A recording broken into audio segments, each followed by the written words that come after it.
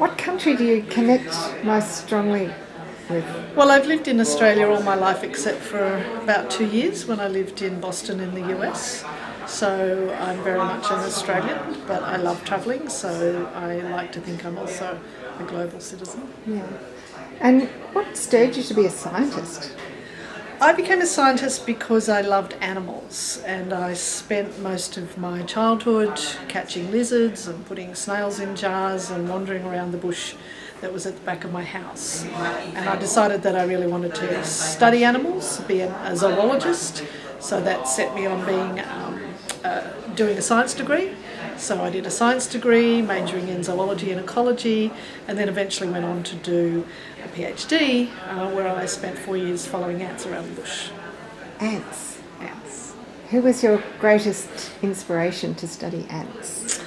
I don't think I had an inspiration to study ants. I think there were people like a behavioural ecologist called Konrad Lorenz that got me into behaviour in the first place, though I've never met him personally, of course.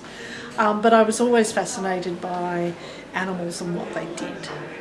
And I also became interested in doing experiments to understand behaviour better, and from a practical perspective it's just easier to do experiments on small things like ants than on larger furry things, which is what I think I'd always originally thought I would be a researcher on. Do you see humans as animals?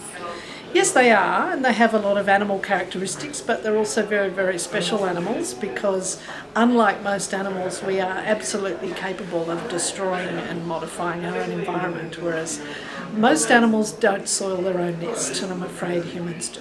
Yes. Are you an optimist?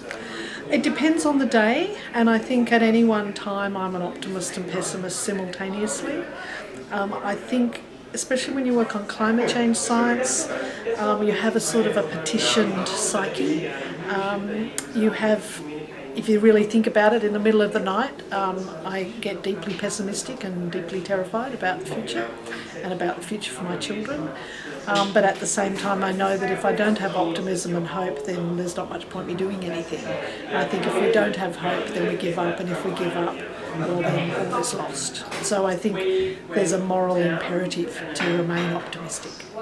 Was it hope that inspired you to work with the artist Josh Wodak? Well, Josh asked me to help out, and I do think that art and science should come together more often. I think getting a message like climate change across to the general public, there's no one single pathway that works best in doing that, because the public is a very diverse audience, and different messages resonate with different people at different times. So I think we all can deliver a useful message, be we a scientist or an artist or something else.